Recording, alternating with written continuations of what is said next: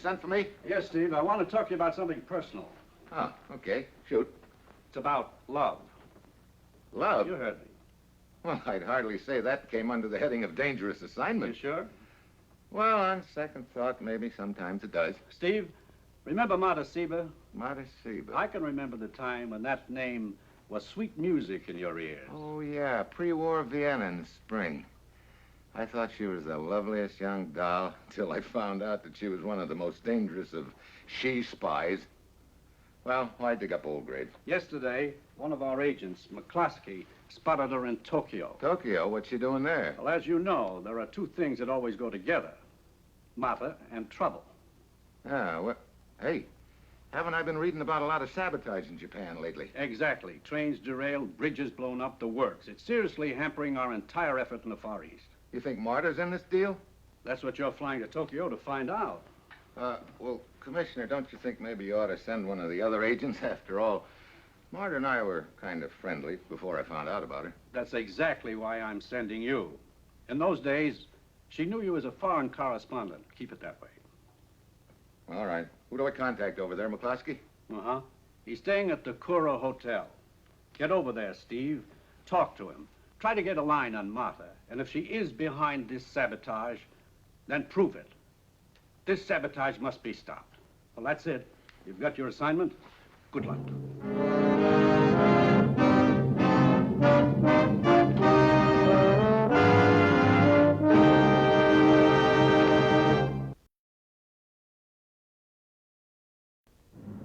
Sure, I've got my assignment. And on the surface, it sounds great. Take a little trip to Tokyo and renew my acquaintance with an old flame. But I've got an uneasy feeling that before the deal is over, that old flame is going to turn into a grade A blowtorch. It's Tuesday afternoon when I arrive in Tokyo. At the airport, I get a message from McCloskey to meet him at the casino.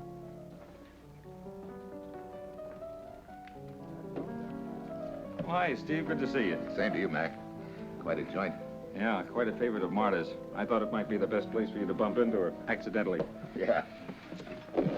Hey, you think Marta's behind this sabotage ring? Well, it's only a guess, and a guess is no good without proof. We set a trap for her tonight. If it works, you can go home real soon. How long has Marta been hanging around here? Well, she's apparently been in Tokyo for about 2 years. Although the other day was the first time any of us spotted her here. She lives in a very swank apartment. It would be Marta. Always has a couple of guys in the string. Likewise. And apparently he's been throwing plenty of dough around. Sounds like Marta hasn't changed a bit. What am I supposed to do? Stick around here and see if I can spot her? Right. I'll check you later. And stay away from the roulette table. Can't tell. I might pick up a couple of chips. Steve, you know Marta better than I do. She can be about the most dangerous thing on wheels. So? So be careful. Make sure it's only chips you pick up around here, not a slug. Thanks for the no cheer.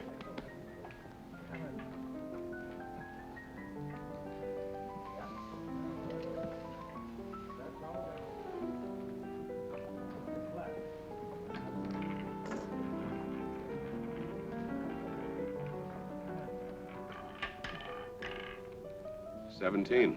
Tough luck.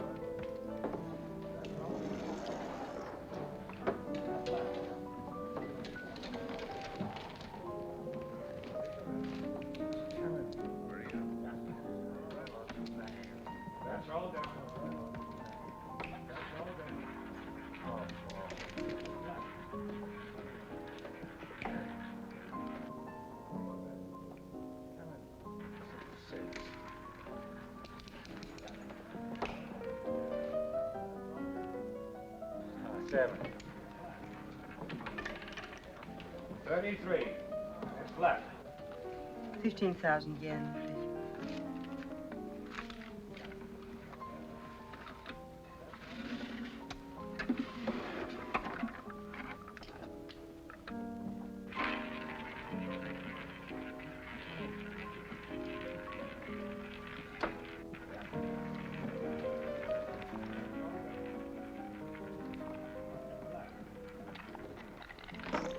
Oh, sorry. You should be. Steve. Stephen Mitchell. Marta. Oh, Stephen. Darling. That's what I call a real welcome home. Come, we have so much to talk about. Will you take care of these for me? Place your bets.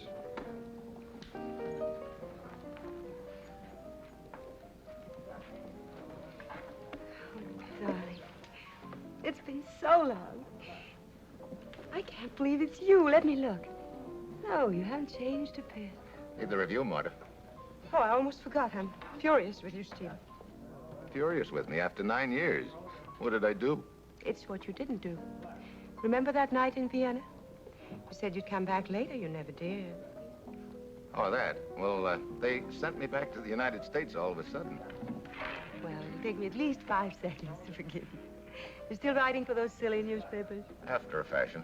What brings you to this neck of the woods, Marta? Oh, Stephen, that's a long story. I'm a good listener. Well, after the war, I ran into one of your GIs in Europe and married him. Met him and married him. Sounds real fast. Well, we ran those silly things, you know, Steve. Lasted quick. Oh? But then I was married to him, so I went to the United States with him, and later came here to Japan with the occupation forces. Oh? Oh, well, now, don't be silly. I'm not married anymore.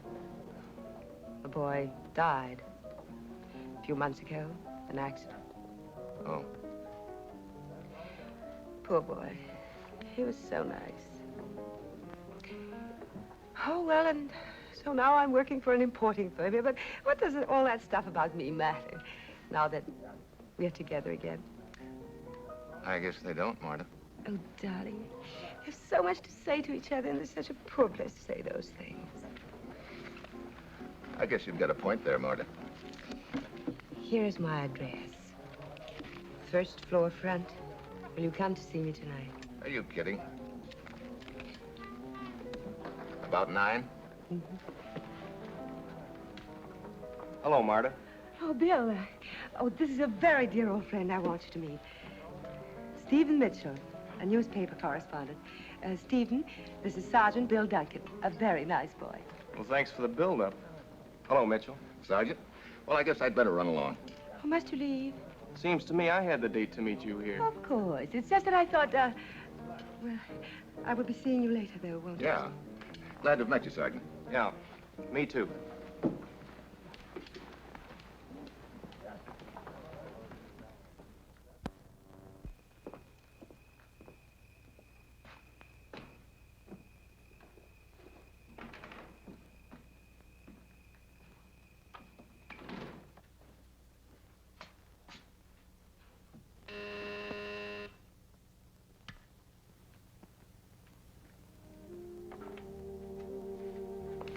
Hi. Little peace offering for being late 9 years.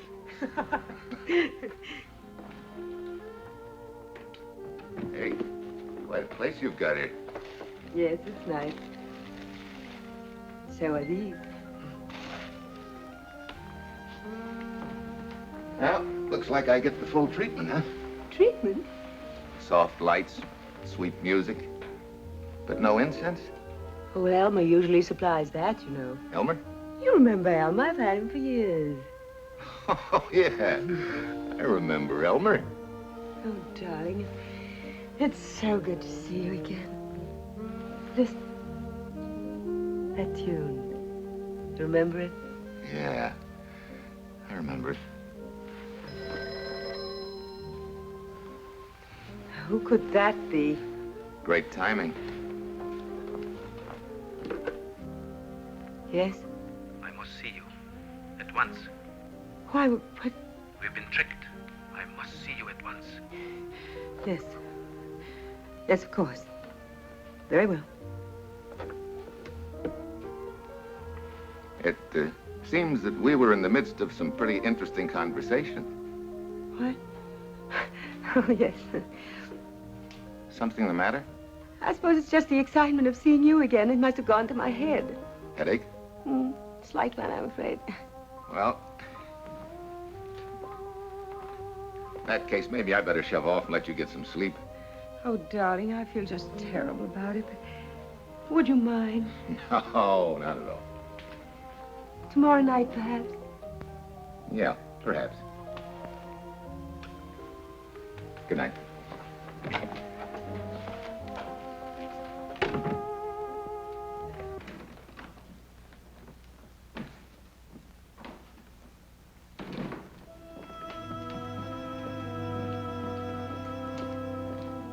I don't need a crystal ball to tell me there's been a slip, and the phone call had a lot to do with Marta's sudden headache. Either she's going out or somebody's coming in. Almost immediately, I see it's the latter, Sergeant Duncan.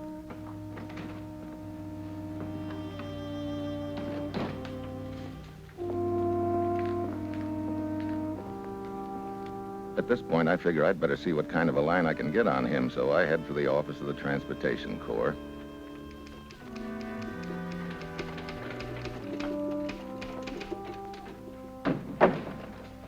Hello, Corporal. You holding down the fort here? Yes, sir. The captain's out right now. Maybe you could give me some information I'd like on an enlisted man, a member of this command, Sergeant William Duncan. Well, we have a little rule around here. When somebody starts asking questions about one of our boys, we kind of like to know who's asking, sir. Corporal, that's a very good rule. What do you want to know, Mr. Mitchell? Anything you can tell me about Sergeant Duncan? He's a file clerk, I think. Did he ever mention a girl by the name of Marta to you? Marta? Sure. Sergeant Duncan was a friend of her husband, who was killed in an accident a couple of months ago. I see. If you want any further information, the captain ought to be back here in an hour or so. Fine. I'll be back later. Okay, sir. I go back to my spot across from Marta's apartment. Nothing's changed except a beggar is slumped against the wall. At 11:01, I get a big surprise. The guy who comes out is not Sergeant Duncan. It's the man I noticed at the casino. He passes the beggar without a glance, which isn't unusual, but the beggar doesn't ask for money, which is.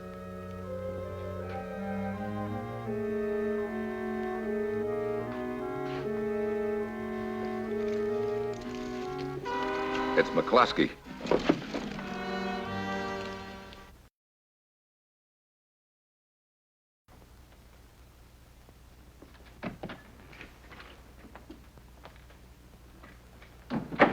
Oh, hello, Mr. Mitchell. Captain Ames is in now. Thank you. Yes. Captain Ames? Haven't we run into one another before? Yes, this afternoon at the casino. And about a half an hour ago outside of Marta's apartment? I never saw you there. No. Oh, yes, government agent.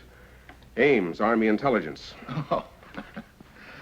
What can I do for you? You have a sergeant named Duncan. Yeah, I'm on my way to see him right now. Well, I'd like to come along and question him with your permission, if I may. I'm afraid he couldn't give you much in the way of answers. Why not?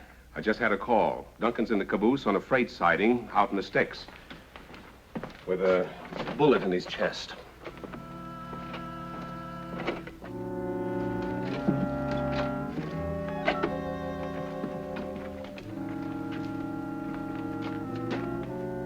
The medical examiner's through, but I didn't want him to move anything. Bullet hole in the chest at close range. Another slug creased his skull. And went out there. Captain, did you know that Duncan was mixed up with Marta? Afraid you're barking up the wrong tree, Mitchell. Am I? Duncan wasn't mixed up with Marta. He was out to get her. What do you mean? On account of the sabotage, we've had our eye on Marta for some time now. And Duncan was working on the case? Yes. He had a personal motive, too. He was convinced that Marta had killed her husband, who was Duncan's friend. I guess that puts a new light on Duncan. It makes it an open and shut case, Captain. Well, how do you figure? Well, McCloskey, before he was killed, said something about a trap that they'd set for Marta. Yeah, the civil and the military had a plan worked out, but something happened. Marta wouldn't fall for it. Yeah, that figures. While I was in her apartment, she had a phone call that upset her very much. I figure somebody called her and tipped her off that Duncan was wise to her. So she got him to drive her down here and shot him. Well, that's a logical explanation, all right, and there's just one thing wrong with it. What's that? It's impossible. Impossible? Why? Well, you see, this train is the Kobe Freight. Somehow the saboteurs learned of its new schedule, and they derailed it en route. Delayed it for a while. Well, so? Well, I figured that Marta would know something about that, so I dropped in on her. I got there about, 10 o'clock, and as you know, I left around 11. Yeah, but I still don't see what that's got to do with it. Well, the medical examiner said that the time of Duncan's death would be around 10 o'clock. What? Yeah. And this sighting is a good 20 minutes drive from Marta's place. She couldn't have killed Duncan at 10 and have gotten back to her place by the time I arrived. there goes our case. Blown right up in her face. Yeah, sure does. Well, let's see. You know, can't get it out of my mind that Marta did it. Well, like I say, she couldn't have, Mitchell. Yeah. You sure you couldn't be wrong about those times? No, I don't think so. Let's check.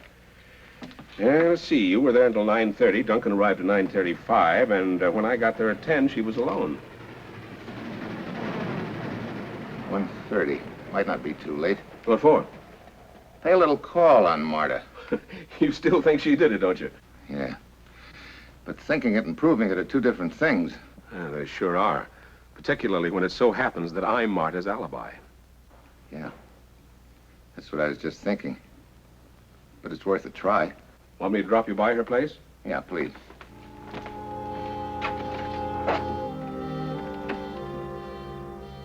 I'm not really sure why I'm coming here. The whole deal is beginning to look like the proverbial stone wall. It's my hunch against an airtight alibi. Ames says he's Marta's alibi. Could it be vice versa?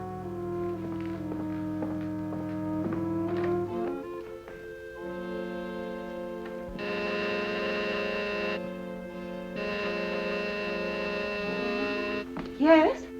Steve! Steve?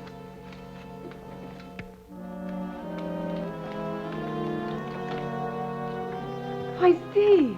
Martha, I know it's late to be calling, but how's your headache? Much better, thanks. Why, this is such a pleasant surprise. May not be so pleasant, Martha. I have some bad news for you. What? That silly newspaper isn't sending you away again. No, it's about your friend, Sergeant Duncan. Bill? What about him? He's been murdered. Murdered? Yeah. Oh, no, I can't believe it. Who did it and why? Why would anyone want to kill Bill? That's what the Army is trying to figure out, Marta. Poor Bill. He was so nice. Strange. That's what you said about your late husband, too. Stephen, what do you mean? Oh, skip it. No, wait. You don't think I had anything to do with this? Why should I? There's no reason at all, but another thing, Captain Ames came to question me this evening. He arrived shortly after Bill left. He wanted to talk about all this sabotage that's apparently been going on here lately.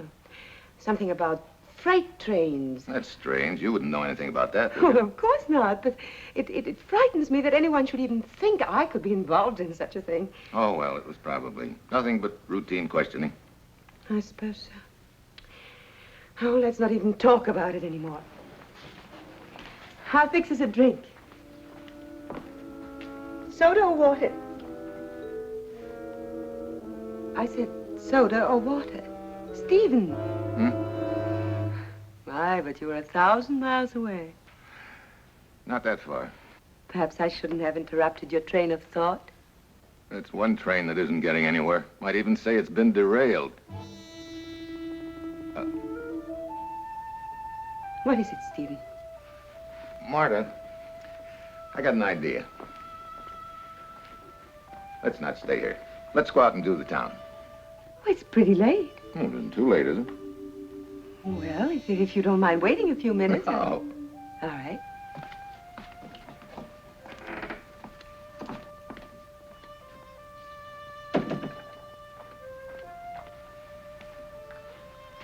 Alibi or no alibi, I still think Sergeant Duncan was killed in this apartment. I checked the furniture for bullet holes, pictures, chairs, etc. Nothing. Then I try the carpet, and I know I'm right. Don't be impatient, darling. No hurry. Then I see an old friend, but he's in a new spot.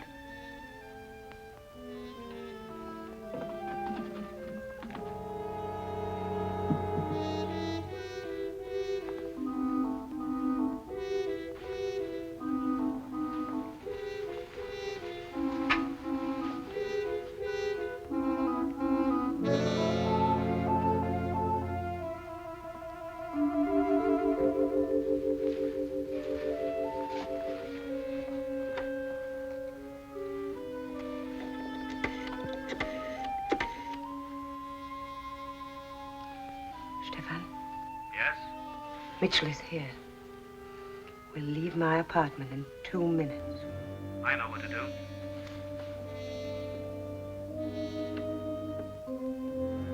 Just 1 more second, darling.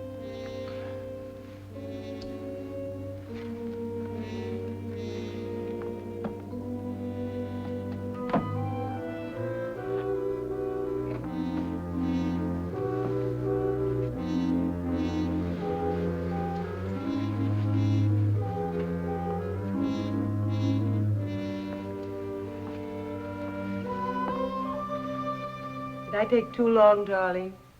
No, I enjoyed the rest. I thought perhaps you were restless. Restless? It sounded as though you were walking around. Oh, I was looking around. You poor dear, you're tired. I have an idea. Let's stay here and just talk. I got a better idea. Let's you and I go down to military headquarters and have Captain Ames charge you with the murder of Sergeant Duncan. Stephen, that joke is in poor taste. I love Bill. Poor Bill. He was nice, yeah, I know, end quote. Believe me, I know nothing of all this. All right, let me fill you in on it. You killed Duncan and McCloskey.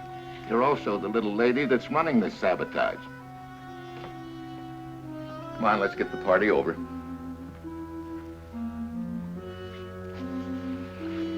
Very well.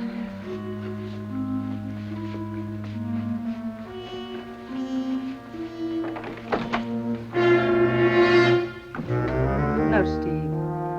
I did not kill Bill Duncan. Stefan did. He's here to do the same for you.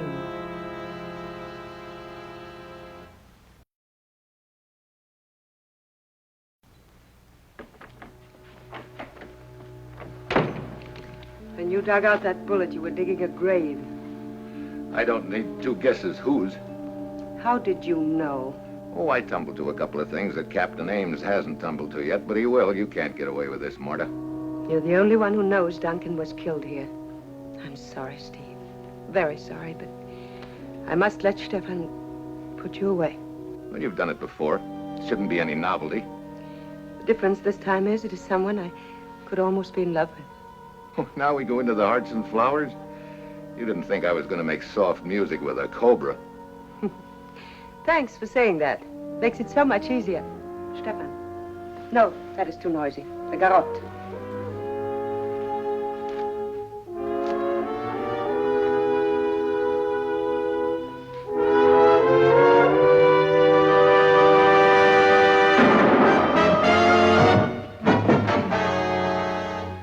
Oh, Mitchell. I guess I tumbled to the deal about the same time you did. Yeah?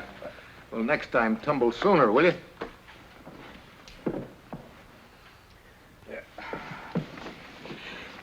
Captain Ames, this is all a mistake. Yeah, and you made it, Marta. Stephen has the preposterous idea that I killed Sergeant Bill Duncan. So do I. But that's impossible. Oh, now, save it, Marta. I've been outside that door ever since this seedy character came in. Bill was shot at the railroad yard at 10. You came here to see me a few minutes before 10. You couldn't have known what time he was shot unless you were here when it happened. But you said it. I said nothing.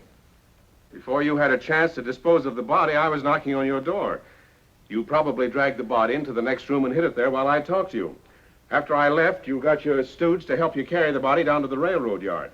There was already a crease in Bill Duncan's head, so you wanted to make it look like he had been killed in that caboose. So you fired a shot past his head, and it went through the side of the caboose. You cannot prove he wasn't killed there. Sorry, Marta. You picked the wrong train. You got hooked because your train was late. And the reason it was late was because your boys derailed it. Didn't get in until after 11. So you see, at 10 o'clock, there was no caboose in the yard, the time that Bill was killed.